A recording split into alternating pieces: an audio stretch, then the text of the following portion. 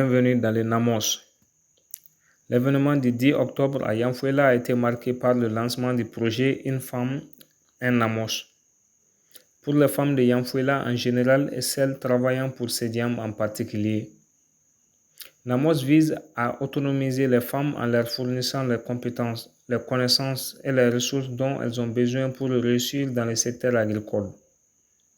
Il peut s'agir de leur donner accès à des informations sur la production, la transformation et l'accès au marché. Il peut également s'agir de soutenir le développement d'entreprises dirigées par des femmes dans le secteur agricole. Les projets pourraient offrir une formation aux techniques agricoles, à la gestion d'entreprises et au marketing, ainsi qu'un soutien continu du CEDIAM. Le projet impliquera également de travailler avec les communautés locales pour créer un environnement favorable aux agricultrices. Et se concentrera sur la restauration des écosystèmes et la promotion de l'agriculture biologique sous toutes ses facettes. La promotion des femmes et leur intégration dans les cadres professionnels est un enjeu crucial pour l'égalité des sexes et le développement économique. Un processus qui nécessite une action collective et concrète. La mise en œuvre des politiques et programmes appropriés ainsi que la sensibilisation de la société sur l'importance de l'égalité des sexes sont des éléments clés pour assurer l'accès des femmes, notamment les femmes en milieu rural, aux opportunités professionnelles, d'où l'intervention du CEDIAM et le lancement de son projet Une femme, un Namos. Le nouveau module agricole du Sahel, Namos, est une ferme intégrée comprenant diverses cultures telles que l'ananas, le manguier, la banane douce ou la banane plantain et d'autres cultures intercalaires telles que le concombre, l'oignon, le piment, le gombo, le zaban sénégalensis ou mad, qui est une espèce en voie de disparition, et le cacao à des fins expérimentales.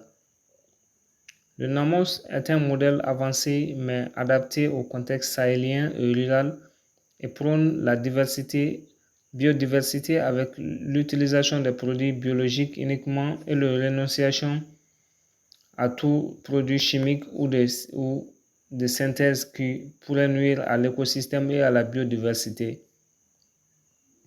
Il nécessite moins de surface mais une densité élevée, plus de revenus et des ravageurs et maladies faciles à contrôler.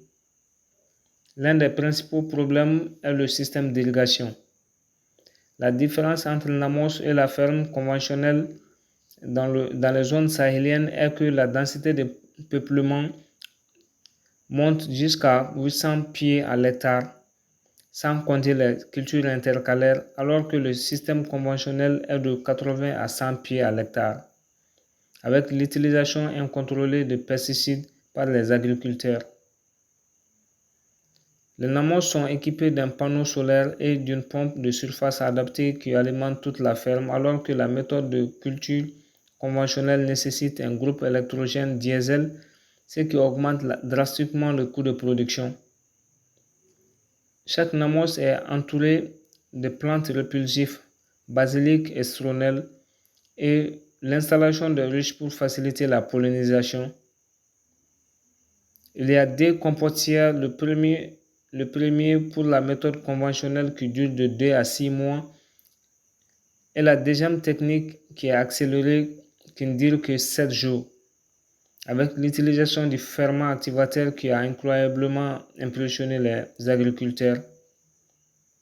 CEDIAM a également déployé des agents de terrain AgroStaff pour assister les agriculteurs sur la formation de taille, la lutte contre les mouches de fruits, la fabrication de compost, la fabrication de produits pesticides biologiques.